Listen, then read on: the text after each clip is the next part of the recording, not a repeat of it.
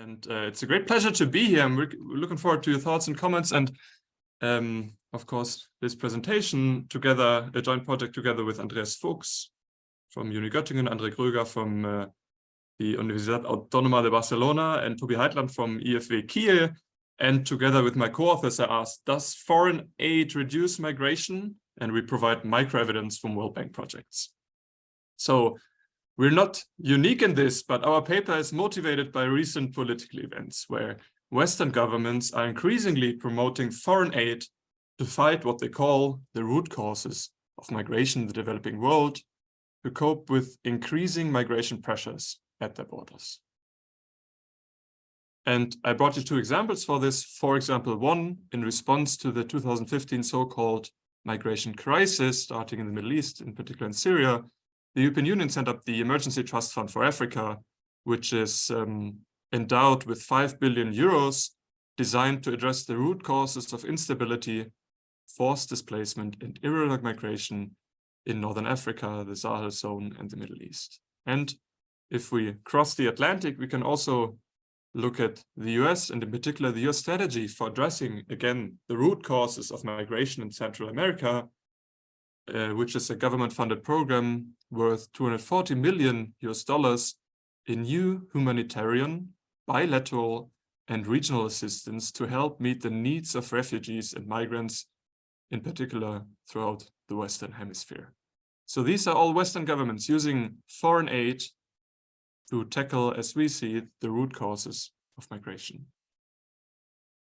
However, despite this political consensus, the actual scientific evidence, as you might well know, you're being a de-migration audience here, about the effects of foreign aid on migration is incomplete and inconclusive, where optimists like Jeffrey Sachs have argued that foreign aid might provide this big push to developing countries to reach sustained growth. However, additional income might as well lead to more migration in developing countries if migration is costly and current constraints are binding.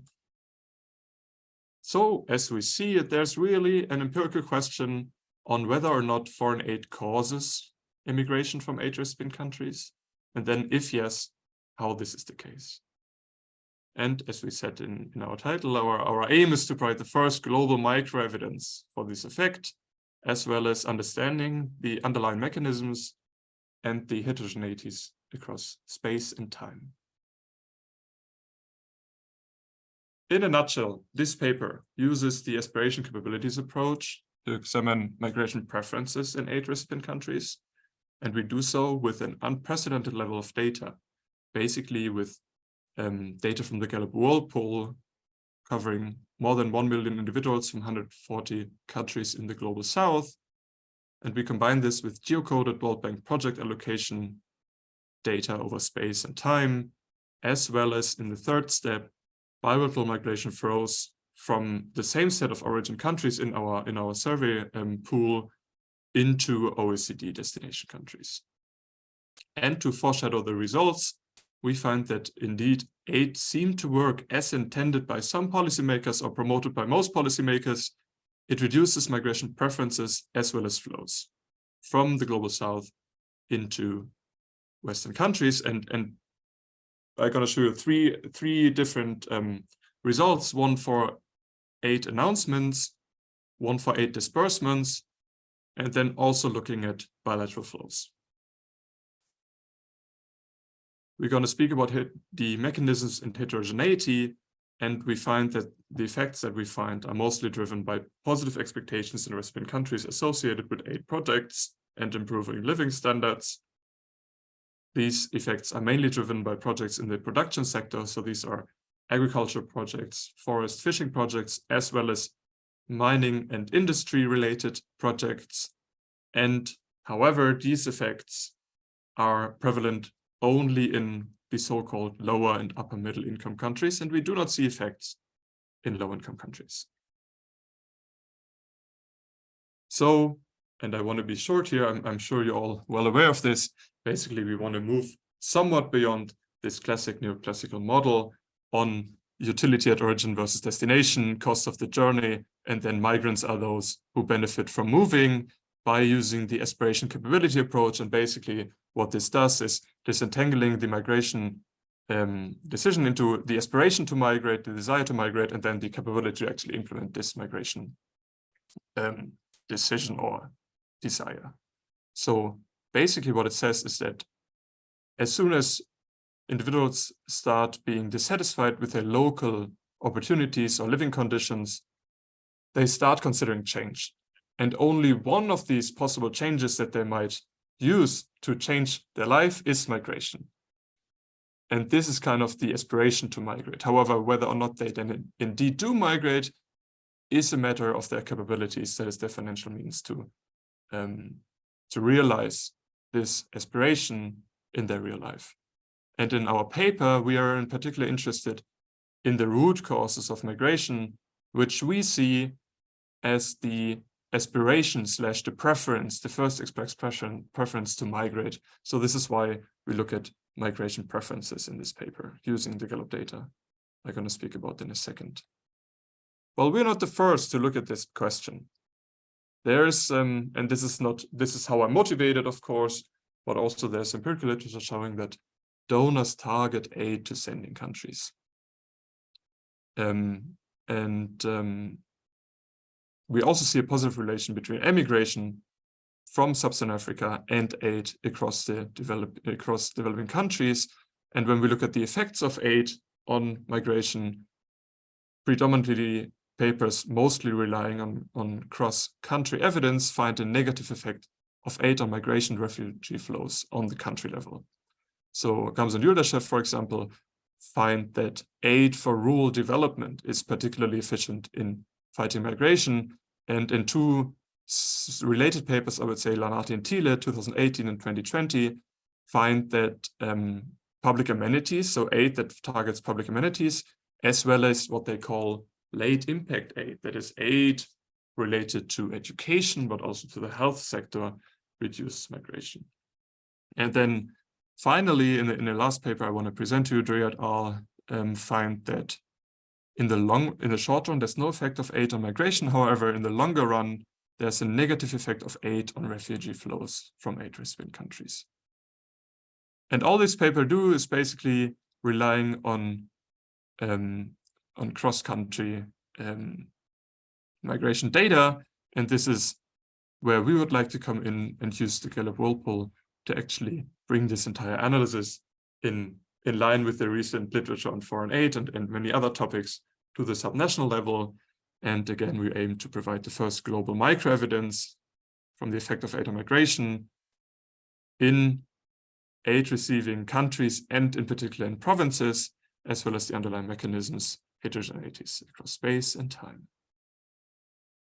How do we do this? Let me come to the data. Well, we have data from the Gallup Whirlpool, which is repeated cross-sectional data for 140 countries covering the years between 2006 and 2021. Overall, there were 1.5 million observations. Our estimations will end up with roughly 1 million. And let me try to pull this map here. Here you just see the average migration preferences over the sample period by province. And you see particularly high shares of migration preferences in Western and Central Africa, as well as Central Asia, Afghanistan here in particular, but also the Western and Northern regions of Latin America.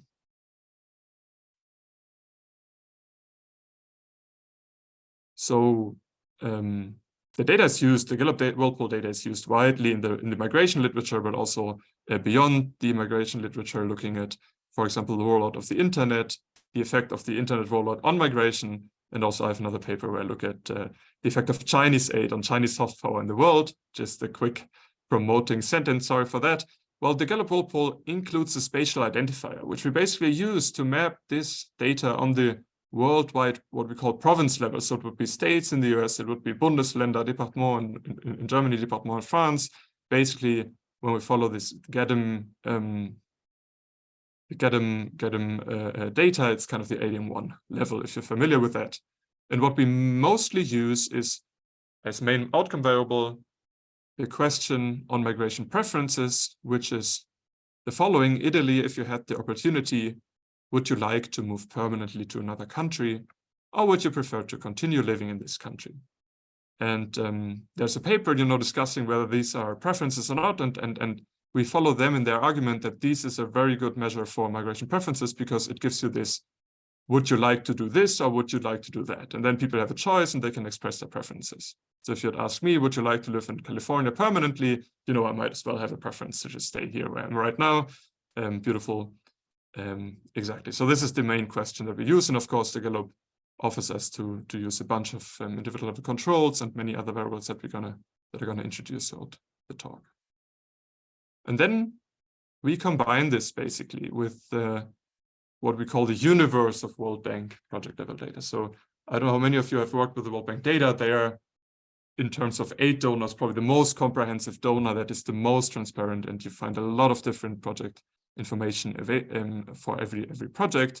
And we use aid data, but also really web scrape data from the World Bank website on geolocated World Bank aid projects. So projects, also information with geocoded information on the project level. And then from Kersting and Kilby, and in particular also from an updated version of their 2006 paper, we have the project level disbursement schedule, where we have information on the monthly disbursement of the individual project. That is a precise information on the implementation and the timing of the implementation and the rollout of these projects. And the two main variables we're going to use is one, a project announcement, that is, I'm going to explain it later, but basically when the World Bank decides to start the implementation process of these projects, as well as the disbursement schedules over time that we use to measure the implementation of aid projects.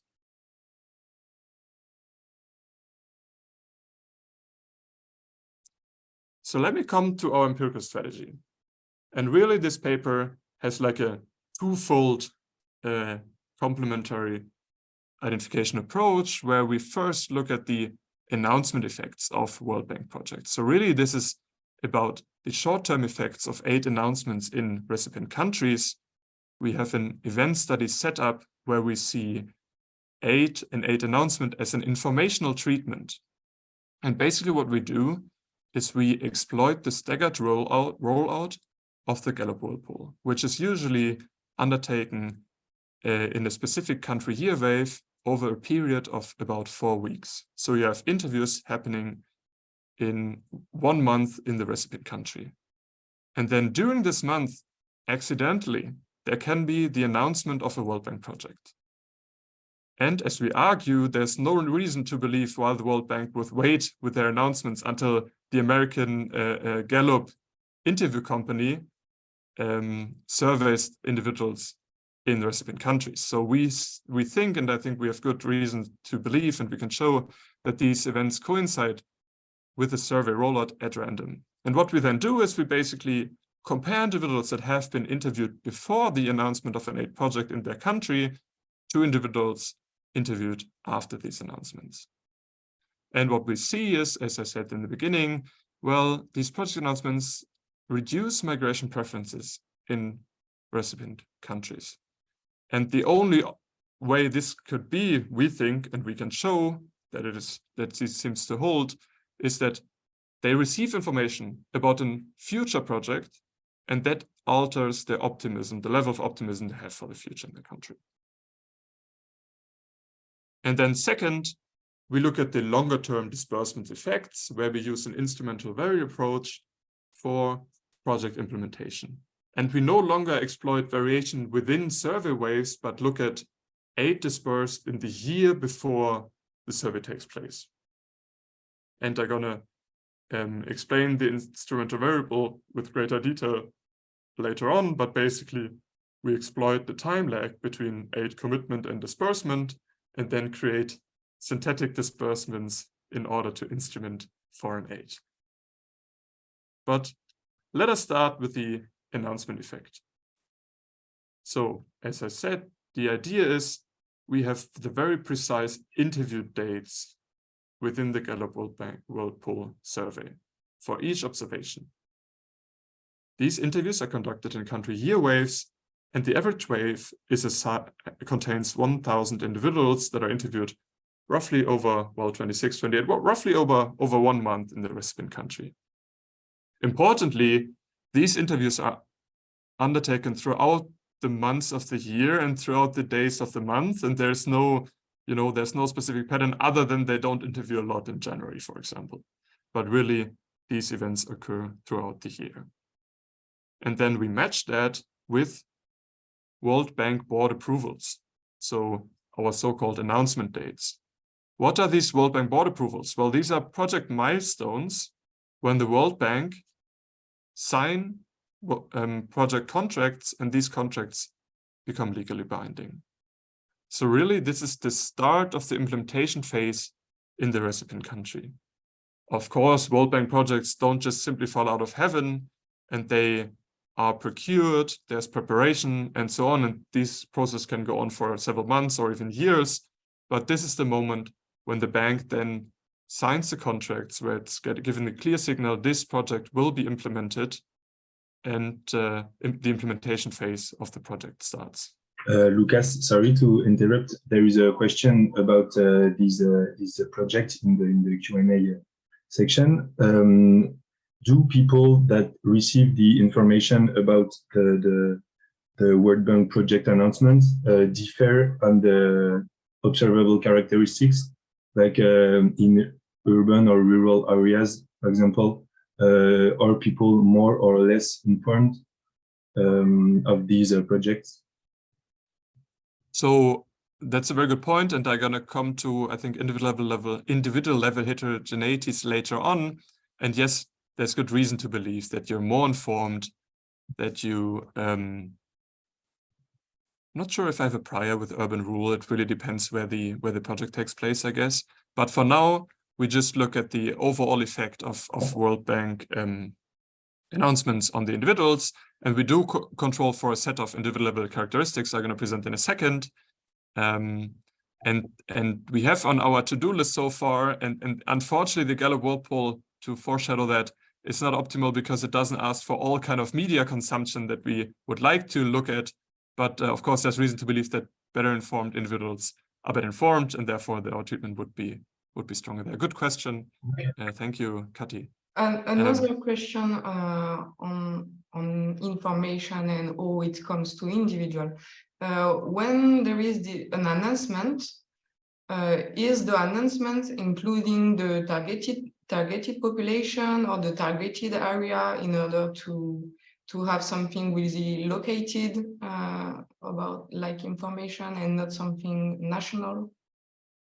That's a very good point, and I come to that in a second. So, the World Bank would announce the project, and they're most likely gonna indicate the broader area where the project will take place. But there wouldn't be, and that might be even to the extent of villages. But usually, I guess this would be like more like the region where the project takes place, or the bigger city around the area, to be informed, as if it was like a newspaper article where you read, a project is happening in, let's say, San Diego, but San Diego can be like, I'm from a small village in Germany, and I say I'm from Hanover instead of like Goslar. So this is like, we just expect to be on the broader level that people actually know the places.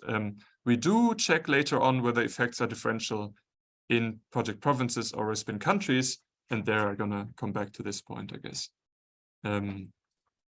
So as I said, these announcements mark the start of the implementation phase in recipient countries, and again, similar to the World Bank, to the Gallup World Poll interviews, they occur throughout the year with some caveats that we're going to control for. For example, the board does seem to have a preference to work within the week between Tuesdays and Thursdays instead of Mondays and Fridays. We include day of the week fixed effects to control for this. And I think that's an important point that we should quickly look at. These announcements are made public and are echoed in the recipient country. So I brought here an example on from the Papua New Guinea and a coffee and cocoa farmer project from the World Bank.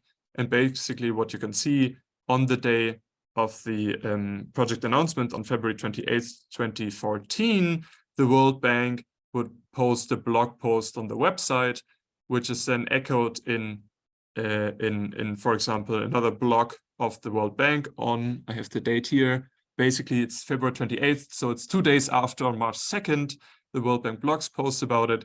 And then this kind of jumps also into the national media of Papua New Guinea. Of course, this is conditional on being available online, and this is online media. I cannot give you too much information on the printed press in the country, but really in the next days, then this is taken up by the, I forgot the name of the newspaper here, sorry, by the national, it's called The National, by the national media.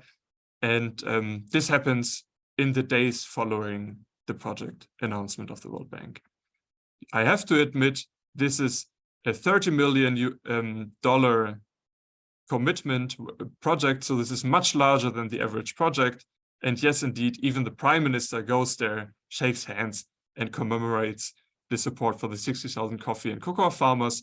So this is somewhat exceptional. However, we did the exercise where we randomly draw 25 projects out of our sample, and for roughly a quarter, we find immediate, that is in the 2 or 3 days after the project announcement, coverage in their respective national media where information is available online. So we're quite confident that these are not just, paper tigers, but this is an event that's actually meaningful and echoed in the recipient country. And I think, come back to your question, I think in this case, the project was broad enough to not have reported exact project locations, but would name several, I guess, cities, to some extent, even villages, where these projects would be implemented. But also, given that it's a very large project, this is spread out throughout the country. This is how our estimation strategy looks like. So we have the individual migration preferences on the left-hand side of individual I living in province P of country C, interviewed on the day D of month M in the year Y.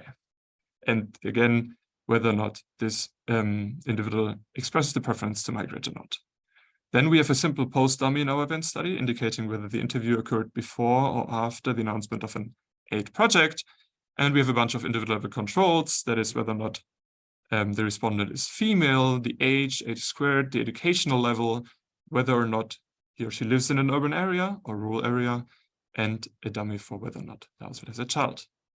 And then in our strictest specification, we include province, year, month fixed effects. That is, we only look at variation of our dummy and interviews in the same province and year, month.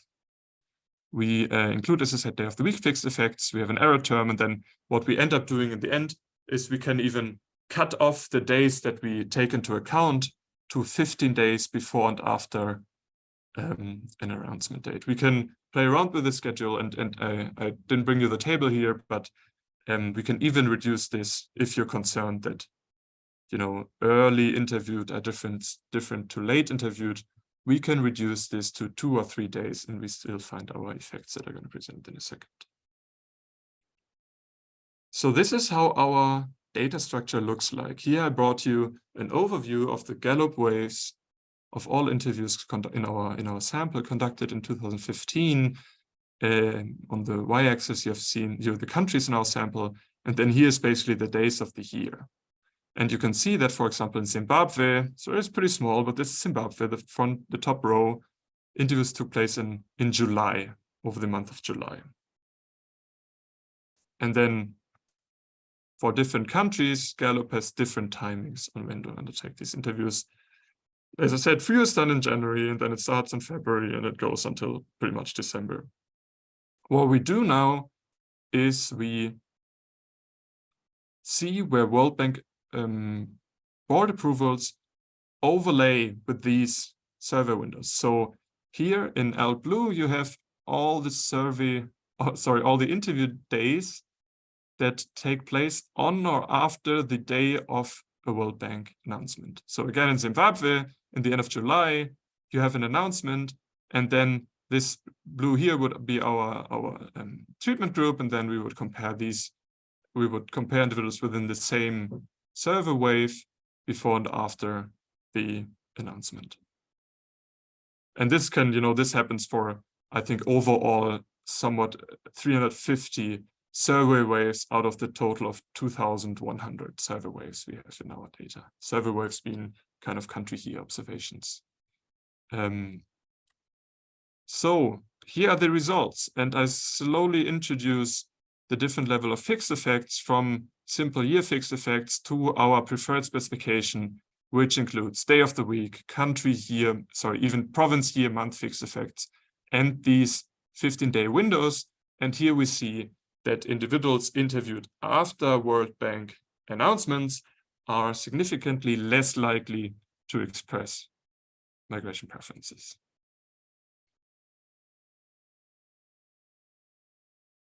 This is the respective coefficient, event study plot. And again, we see the effect we compare to the dates before treatment, and there is a clear significant decrease in migration preferences in the month after World Bank announcements. And convincingly, we also do not see any pre-trends in the month before these announcements take place. We do a bunch of robustness checks. So we do a balance test around World Bank projects, and individuals are comparable in all but being urban or rural. And the way these surveys are usually rolled out is they start in urban areas to get high numbers and then transition into rural areas, which is why we include rural-urban as a control variable. We can do two sets of kind of randomization tests. First, we change announcement dates 30 days before to where they actually take place, or 30 days after, and we don't find effects there. And also, I think more convincingly even, we can randomly create wrong World Bank announcements by drawing, again, 300 random survey windows out of the entire population of 2,100, and then just take random cutoffs. And there we don't find an effect, even if we do this at random and we do this classic 999 Monte Carlo regressions and see that it's very unlikely to find the effects as we actually find in this exercise. You might be concerned that we do this on the individual level, so we can aggregate our data to the country level before and after treatment and find similar effects in both significance and economic magnitude. And we can repeat the exercise, not looking at the preference to migrate, but another question offered by the Gallup-World poll, which takes a slightly different angle by asking whether or not individuals are likely to move from their current place of residence, and also find an effect there. And finally, our effects do not depend on the way we cluster things, which is always nice, or how it should be. So how does this effect come about? Well, as I told you, this is an informational treatment, and there's, honestly speaking, not much going on in recipient countries other than, as we see, the information that the World Bank project is now for sure coming. So what we look at is whether or not individuals report that their individual future or their opinion about the individual future. And here we have basically two Gallup-World poll variables. One is asking you on a ladder from 0 to 10, on which step of the ladder, with 10 being good, 0 being bad, do you think you stand on today? And then the very same question, on which step of the ladder do you think you're going to stand in 5 years? And what we do then is first we create a dummy, whether or not you think your future is going to be better than your life today. We can create the relative distance between the two, and we can also look at the perception of the future controlling for life today. And we see in the very same specifications that I showed you for the migration preferences, that as individuals become less likely to express migration preferences, they also become more optimistic of their future. Here again, the same effect shown in event study plot. And again, you see, well, there are no pre-trends relative to the project announcements in T0. There's a spike in perceptions of the future in the subsequent days. We have a bunch of additional findings that I quickly want to go over. So we do not find an effect on migration plans after, individuals after being asked for their preferences. They are being asked whether they have concrete plans to migrate in the next 12 months, and then also whether or not they have done precise preparations for this move. And there we don't find an effect. So really, this seems to be driven by individuals that had vague migration preferences that they no longer have based on the announcement of Wellner projects, but individuals that had already concrete plans and preparations do not change their opinions.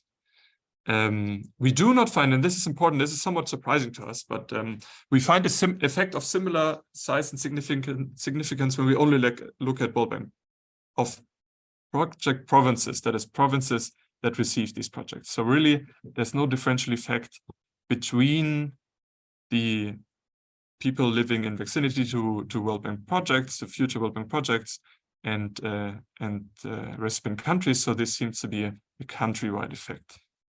There's no differential effect for the type of aid, which we think is plausible because people, while they might learn that this is a concessional, non-concessional project, they learn that it is a project and take this into account, but do not care too much for the type of project implemented. And two quick heterogeneities, these effects seem to be driven by middle-income countries, or are driven by middle-income countries, and in particular by Asia and the Middle East and North Africa. So there are two takeaways, and I should have approximately more 10, maybe 8 minutes. World Bank announcements reduce migration preferences and improve perceptions of the future. And I would like to now come to the longer-term effects. So basically our disbursement effects. And here's what we do. We basically use the very same regression equation, just that we measure aid differently. So we still have individuals interviewed in recipient provinces and countries, but we now aggregate the sum of disbursed aid in their province in the 12 months before the interview took place in the month of the year of the interview. We have the same set of individual controls, and as we are now moving to the kind of province times year level with our treatment, we control for country year fixed effects and province fixed effects. Of course, I told you in the beginning that aid is not allocated at random, so we have to address the problem of heterogeneity here, and we do this building up on work from Cry and Anderson et al. By using an instrument for the disbursement of foreign aid, which basically exploits the time lag between aid commitments and disbursements.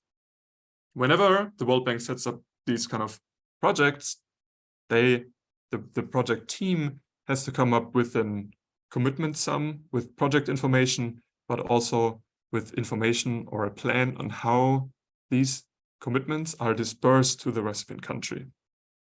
Unfortunately, we have not such systematic information on these planned disbursements of foreign aid. This would be a perfect instrumental variable.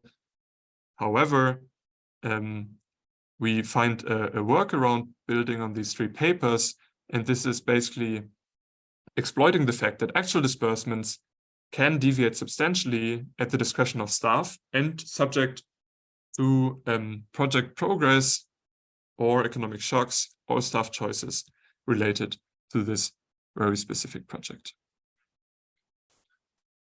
However, these economic shocks and other obstacles that might occur during the implementation phase of a project are not known at project commitment. So you commit to a project, you say this is how it's going to be dispersed, and we do not know what happened in year 5 in the recipient country. So what we now use is we create synthetic disbursement schedule to kind of get a proxy for the planned disbursement schedule based on all projects in the same geographic region and sector that the project we're going to look at. And then we create the share of disbursement of these projects over time to proxy for the expected disbursement of the project that we currently look at. So this gives us kind of how the average project that is in the same sector and geographic region is dispersed over its lifespan. And we then multiply, yes, I'm going to come to the second in the question, we then multiply the initial commitment of the very same project with this synthetic disbursement schedule to create our synthetic disbursements for the individual project. And then we aggregate the data from the project level to the province times year level. Yes, please. There's a question.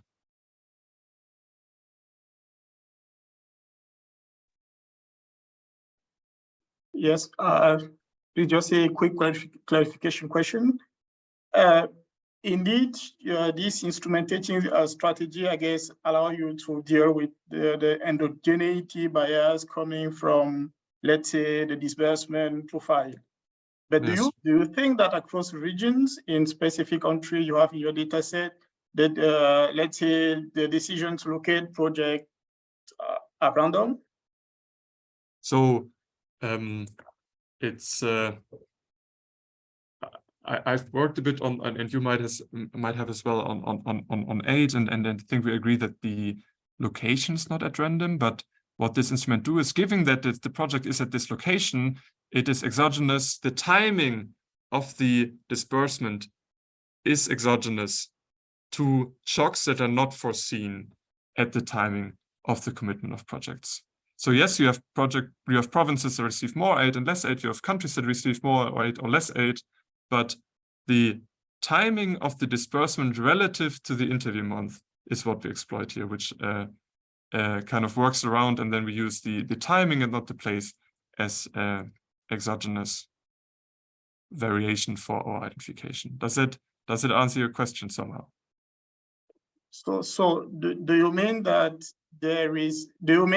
for let's say at regional level there is nothing that can confound the effect you estimate?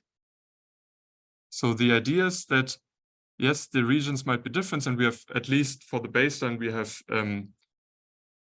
province fixed effects to control for different levels in these regions.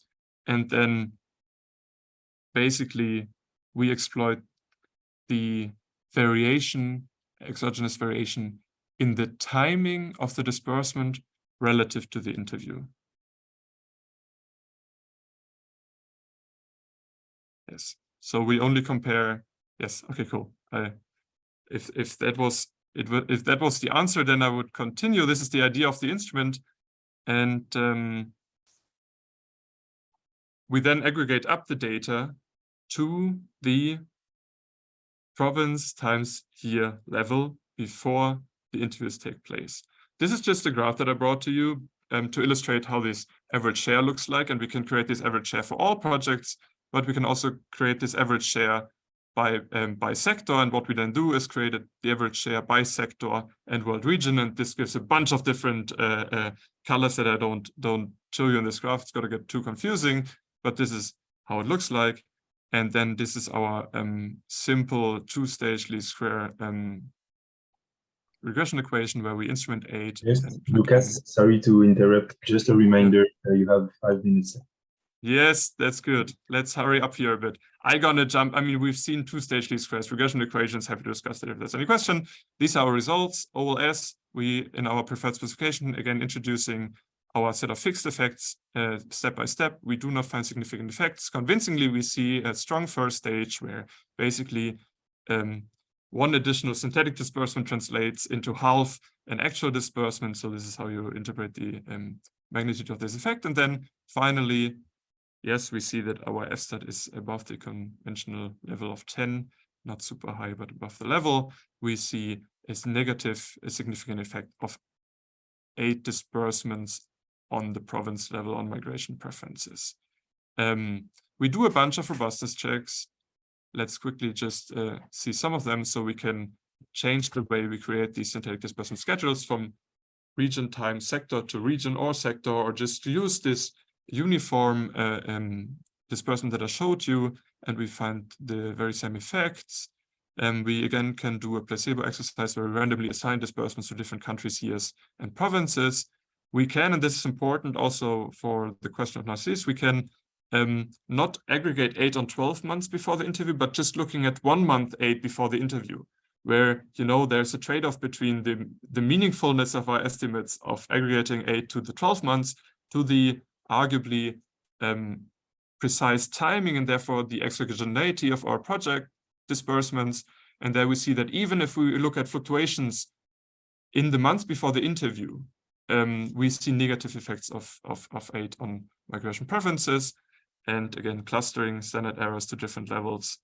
We do have a bunch of additional findings. We see that these findings are driven by economic infrastructure and production sector projects, again, prevalent in middle-income countries.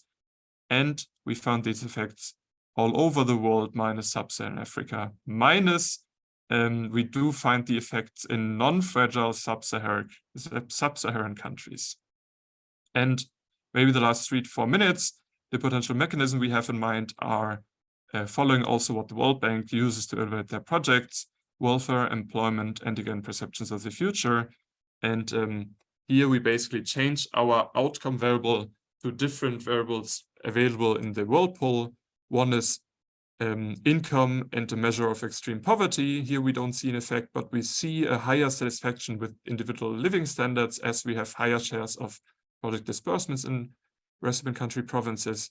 We do not see overall effects for employment, however, and here again we have the 3 different measures of future. We see with higher levels of disbursement, higher levels of being optimistic of the individual future. We have some additional findings. Well, I told you in the beginning again that these effects are mostly driven by production sector projects, agriculture, fishing, forestry, industry, and mining. And it is in particular these projects that also improve living standards in recipient provinces. And in contrast to our average findings, we see that these you reduce youth unemployment, in particular male youth unemployment, and also are behind driving our effects when it comes to perceptions of the future.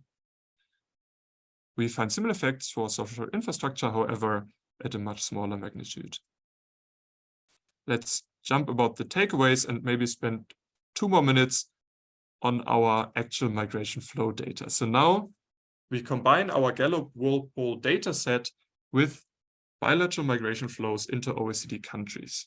So basically we collapse our Gallup data on the country year level and then merge our dyadic flow data on this data set.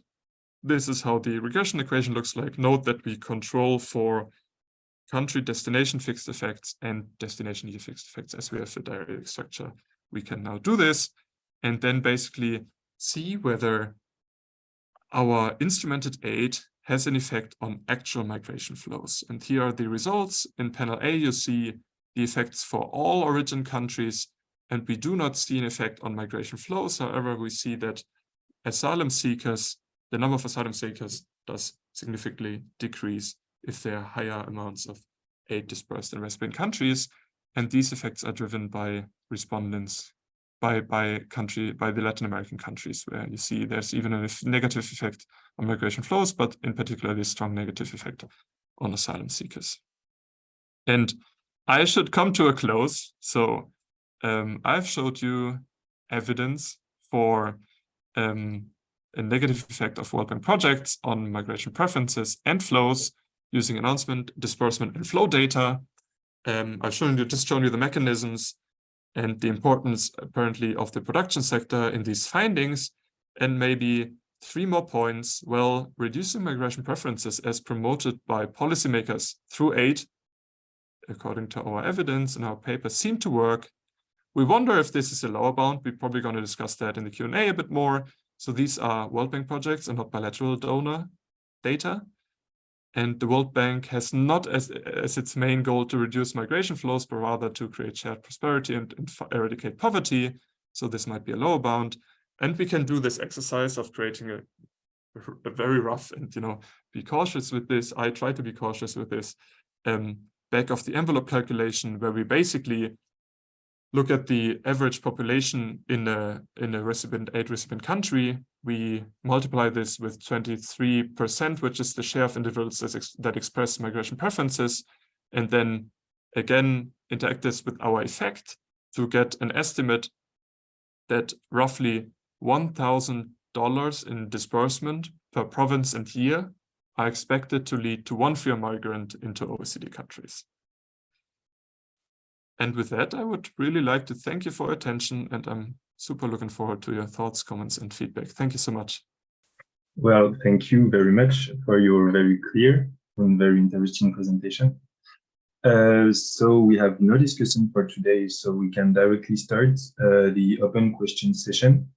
So you can raise your virtual hands to be unmuted, or directly ask your question if you are a panelist. Cathy, if you have more question to ask about the literate, illiterate side of characteristic of individual, you can do so, or we can also give the floor to Lukas if you have a question. Lukas, you can go. Okay, is that weird to Lukas? So yeah, sorry. Yeah, thank you, Lukas. Nice presentation. So I have two brief questions. So the first one is the change in the migration expectations. How much is relative to the mean? How large is that effect? And the second one is that you can have some potential mechanisms by how was distributed or how was shared this news of each project announcement, because I was wondering, like, maybe some countries use more the TV or radio than others, and then you can find that maybe in some places where you can have more massive information, the effect is larger. That was my point. Yes. Good questions, and I think I'm not sure if I have the mean. I think I have to put the mean migration preferences in my table. So it's 23, and we see that an additional announcement of an aid project reduces that by 1 percentage point. So it's kind of like 4% reduction in migration preferences, I guess. Is this, we always debate whether we think we have too large or too small effects. I think in terms of announcements, this is pretty large. If you think this is like you and I reading about the World Bank project, and then this mitigates our migration preferences.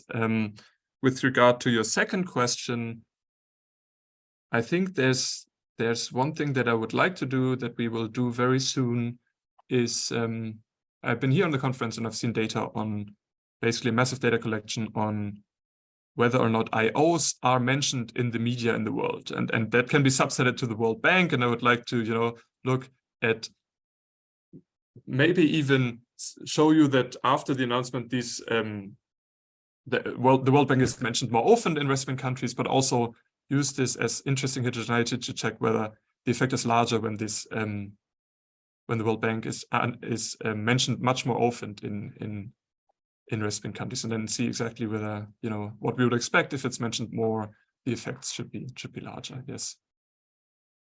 Cool points. Thank you, Lukas. Narcisse, you have a question? Yeah. You can go. Okay. Thanks, Lukas, for your nice presentation. Sorry that I jumped in a little bit late. I was wondering how you rationalize the fact that in terms of migration preferences, you kind of have a negative and significant effect of announcement, but in terms of migration plan, you have no effect.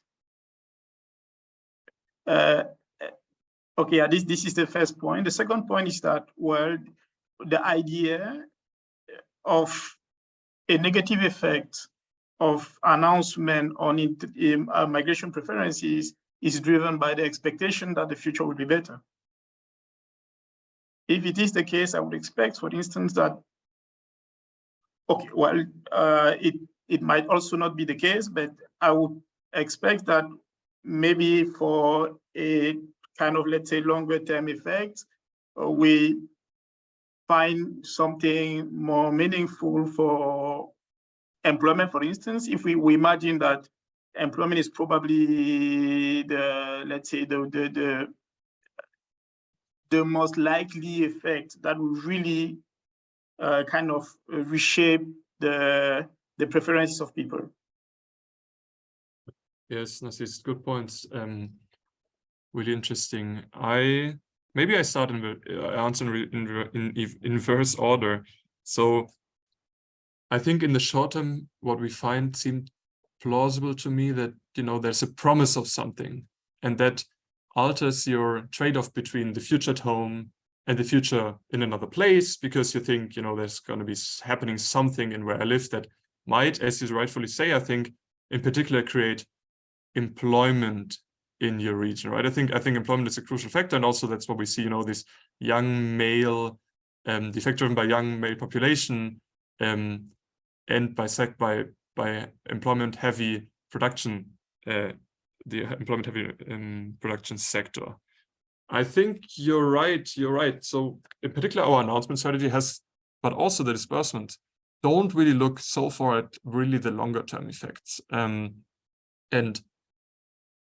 there could be reasons to believe, that people are appointed or disappointed about World Bank projects. That's very hard to measure, and we do not have a meaningful end date for these projects. So there are kind of estimations on end dates, but these are more like really administrational and bureaucratic points in time rather than meaningful points in time. So we cannot use this. But I think one thing how we would further amend our paper is looking at longer-term effects of aid disbursements, and I'm going to do that in the following weeks. And yes, indeed, there we would expect that, in particular, our disbursement findings to lead to employment at the local level. But I unfortunately cannot show you results as of now.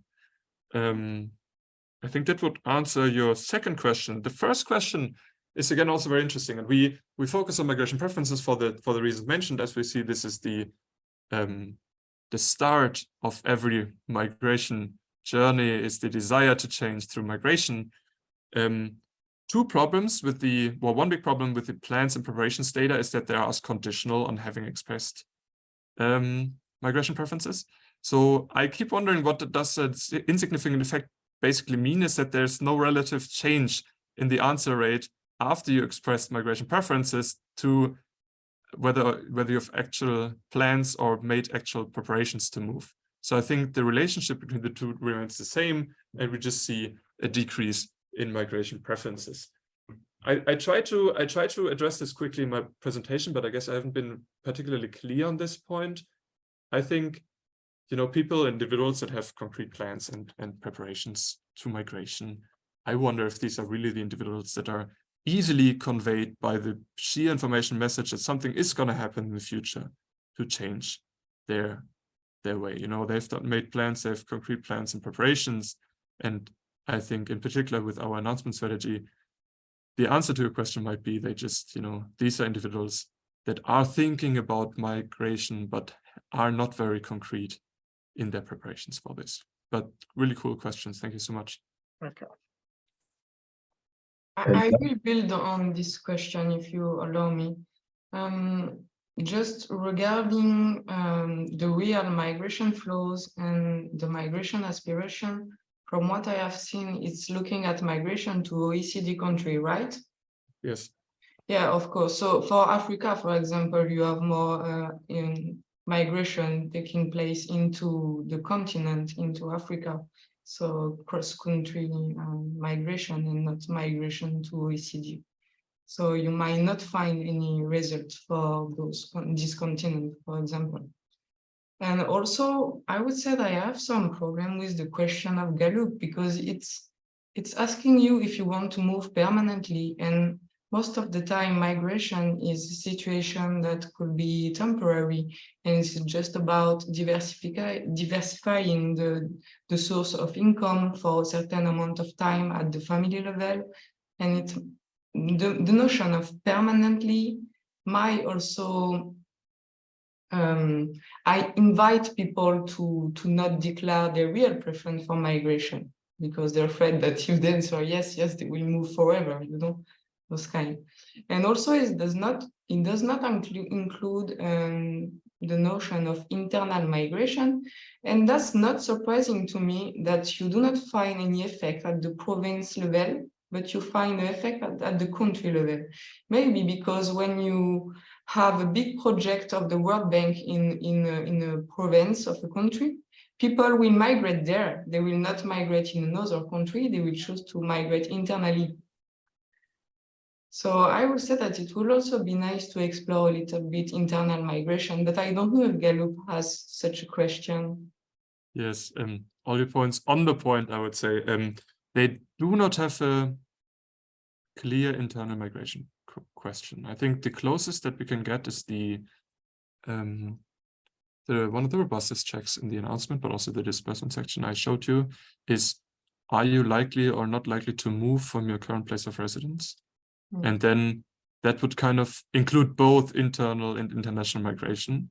It does kind of give the next best answer to the problem of permanent, and we do find effects there. So it's not just about permanent migration. However, this is very far from being what I think both you and I would like to have on internal migration, and in particular also kind of what I would call subnational migration, either out of project provinces or from neighboring or any kind of provinces within the very same country into project provinces.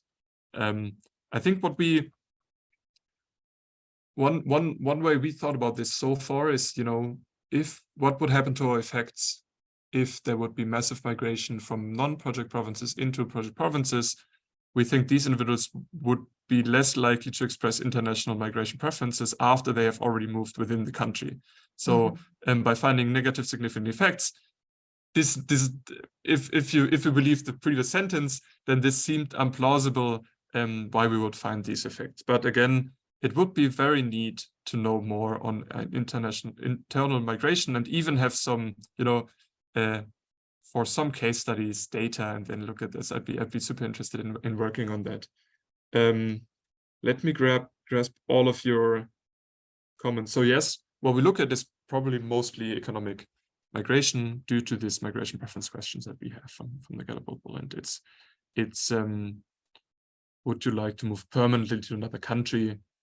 We can back that up with these plans and preparations we discussed, but do not find significant effects there. And we do have the destinations, the desired destinations of individuals, which are, when you're asked, again, most likely to be Western countries. So we know very little about South-South migration. However, maybe, and I think that's also on my list to do, we can leverage some of these answers on, like, does migration focus change from maybe Western countries to neighboring countries, or vice versa? So from south-north to south-south migration, for example. And then I really liked your thoughts on where we would expect and not expect findings based on these questions. I mean, we see effects of changed migration flows into OECD countries, in particular, probably from Latin America into North America, related with World Bank projects. I really liked your thoughts on why we not expect to find something in Sub-Saharan Africa, and it's really, the big next step of this paper is to reconcile these preference findings with our actual flows.